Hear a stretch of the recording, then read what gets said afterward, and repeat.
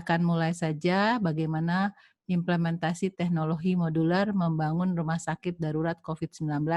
Next slide. Ya, rumah sakit ini dibangun dengan dilatar belakangi dan mempelajari apa yang terjadi di Cina. Ketika kita masih meraba-raba apakah COVID sudah datang di Indonesia, Pertamedika, IHC telah memulai mempelajari tentang penyakit ini dengan berbagai pertemuan, dan ketika dinyatakan ada 2 kasus yang pertama, maka pada bulan Maret tersebut kita memutuskan mengubah Rumah Sakit Pertamina Jaya yang dari rumah sakit umum menjadi rumah sakit khusus corona. Untuk itu kami membutuhkan bagaimana membangun rumah sakit modular yang cepat. Masalah fasilitas rumah sakit moduler. Walaupun rumah sakit moduler ini dibangun dengan sangat cepat dengan menggunakan moduler metodologinya, tapi secara fungsi rumah sakit itu bisa dipenuhi seperti ruangan hemodialisa dengan menggunakan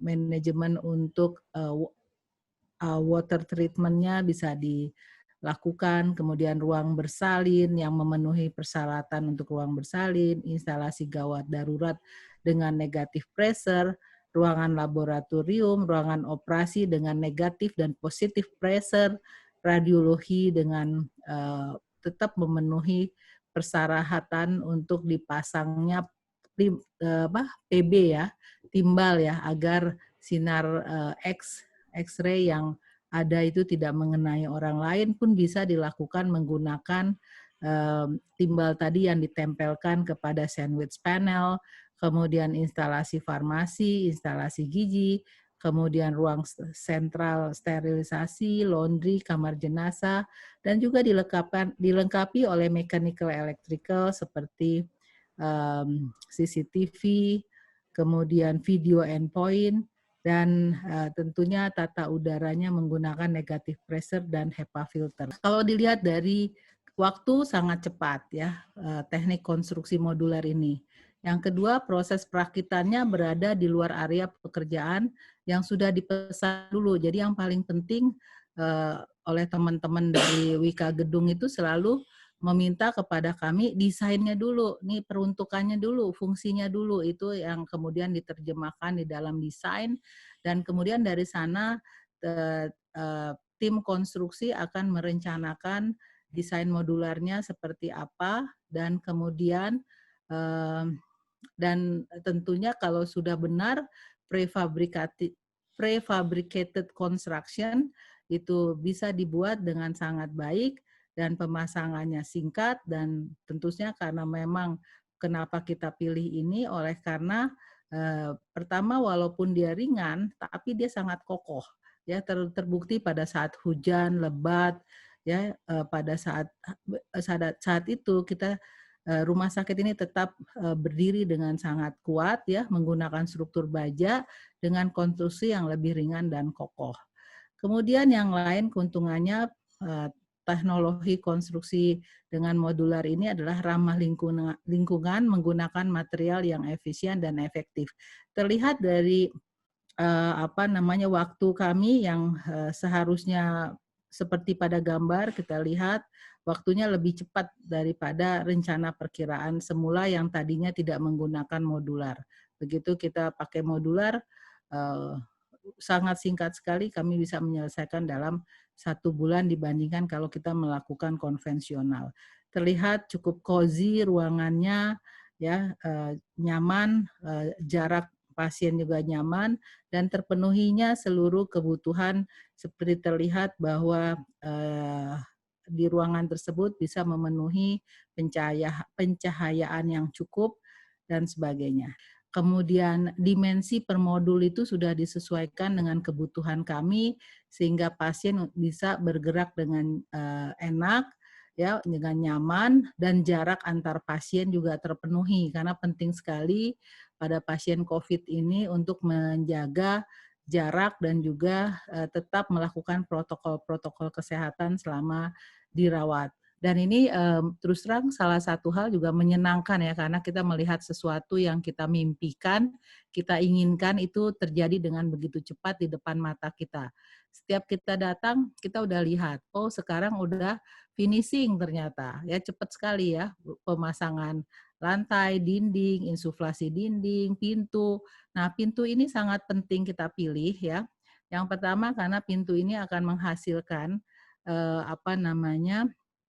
menghasilkan negatif pressure. Jadi bagaimana ruangan yang dibangun itu dengan menggunakan sandwich panel dan rubber, ya rubber baik di lantainya maupun di sambungan-sambungan jointnya itu bisa menghasilkan negatif pressure dengan dipasang tentunya dengan mechanical, electrical, karena kita mau bahwa ruangan itu negatif pressure dan akan menarik udara yang terkontaminasi oleh virus corona itu bisa ditarik dan dibuang dan dimatikan dalam satu sistem untuk ada sistemnya sendiri di mana ada box yang bisa menarik virus tersebut dan dimatikan ke dalam virus tersebut. Sehingga ruangan yang dibangun dengan sistem metodologi konstruksi modular disertai dengan mechanical electrical yang bisa membangun negatif pressure ini adalah ruangan yang cukup aman bagi karyawan kita para perawat bekerja. Oleh karena itu electrical di mana dilakukan mulai dari instalasinya di dalam dengan menggunakan sandwich panel itu akan sangat aman baik untuk arus rendah maupun arus tinggi. Kemudian kapasitas listriknya harus terpenuhi, kebutuhan soket baik untuk elektrik maupun untuk yang oxygen outlet itu bisa dibangun dan juga tata udara bisa dibangun dengan baik walaupun ini menggunakan moduler. Di bawah tampak gambaran moduler yang dibangun itu rata-rata bisa berisi 4 atau 5 kamar tempat tidur dan juga disertai dengan kamar mandi yang sesuai dengan yang kita harapkan. Nah, ini adalah rancangan desain yang telah dikerjakan bersama dengan PBM dan dengan teman-teman dari Wika Gedung dan Patra Jasa.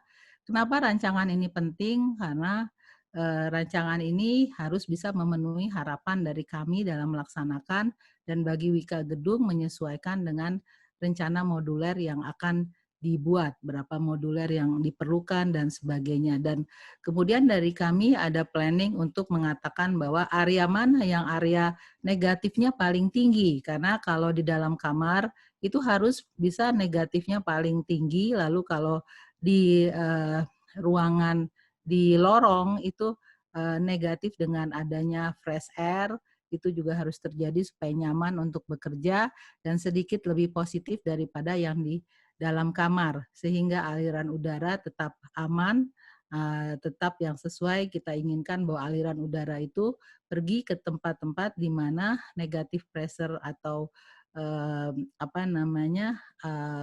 tempat menarik udara itu keluar, itu sesuai dengan yang kita harapkan sehingga pasien aman dan perawat juga aman. Kemudian pemasangan konstruksi bangunan moduler, ini kelihatan sekali bahwa pemasangan dinding itu disiapkan yaitu dengan cara menyiapkan dulu logistiknya. Saya melihat Wika Gedung sangat berpengalaman, sudah terbiasa dengan bisnis prosesnya, workflow-nya, urutan sistematiknya sehingga semua bisa dikerjakan dalam waktu yang singkat. Terlihat tampak sekali bahwa selain menggunakan sandwich panel, juga terlihat ada kaca-kaca di sana. Ya, penggunaan material kaca ini diharapkan bisa melakukan tetap adanya aliran udara yang baik yang diperlukan dan sinar matahari yang bisa masuk ke dalam. Kemudian kaca-kaca yang di sebelah dalam itu dimaksudkan agar bisa para perawat dan dokter melihat dari luar supaya tidak tertular oleh COVID. Selain itu, pemasangan sistem mechanical electrical gas medis, bangunan modular ini semuanya terpenuhi mulai dari instalasi air bersih, listrik, tata udara, kemudian pasangan sistem tekanan negatif, mencapai minus 10 Pascal, kemudian pemasangan sistem gas medis. Sehingga sebenarnya semua ruangan yang dipakai untuk rawat inap, semuanya bisa digunakan untuk ICU karena memiliki soket yang cukup, memiliki gas medis yang cukup untuk nantinya kalau diperlukan ICU yang lebih banyak bisa dilakukan. Modular juga kita bisa bikin kamar operasi yang canggih ya.